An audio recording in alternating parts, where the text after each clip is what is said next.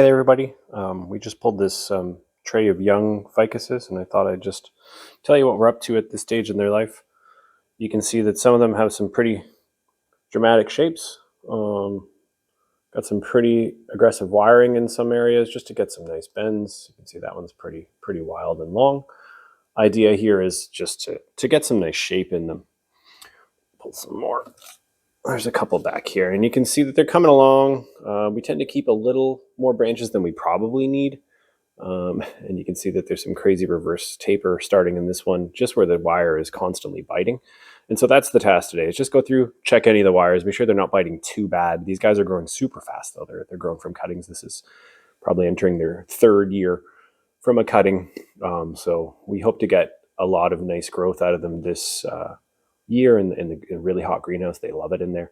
The idea is just to kind of like get them bulked. We'll worry about branches come later. We want to kind of keep branches in areas we want. We're building a little bit of ramification, but you want to stop them from getting too long and lanky. Anything we do cut off isn't wasted. It ends up going on to make another tree similar to these. These are all grown from cuttings. And so today I'm just going to show you the before and afters of what we get up to. You can see that area right there needs a bit of dewiring and probably rewiring just to be sure that the wires will actually make the branches stick. So we'll show you some of that today. The congested area here through the middle, taking this off, and because that branch is still quite young, it'll probably spring upwards.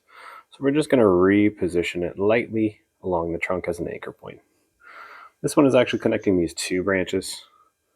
We got 2 points of contact, which actually strengthens the ability of the wire to do its job and set branches. So that one we may end up leaving. And what we'll probably do is maybe cut this off here and start that as a new tree and maybe grow this up as a leader. This area is looking pretty bulked up just from all these little wires. And these guys take from cuttings extremely easy. Keep them wet. The warmer they are, they'll set roots in weeks. But they're delightful little trees, great for beginners, very forgiving, and they're a wonderful thing to get your feet wet with if you want to get into bonsai. So we do have many of these available, and they're quite enjoyable despite their ease. Anyway, here's another great example. We have this one potted up in a little creek pottery pot, very attractive. So we're attempting to get it to refine a little more.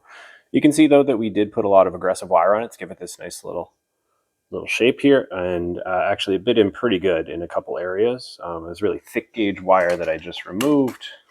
I'll show you the example over here. Pretty thick gauge wire relative to the tree, so it is bleeding a bit of sap. And what you do when that happens is sap can be a bit of an irritant, so you want to keep it away.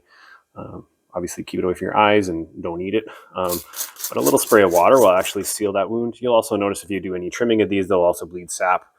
Just from the ficus family, they have this really thick, gooey, milky like sap, and a little bit of water just helps them stop that bleeding. And we'll give these guys a little spray. We have a little 40-to-1, a couple drops of dish soap here and some water, just because we do have a few indoor pests with us in the winter. They often crop up. And so we're just keeping them under control with that.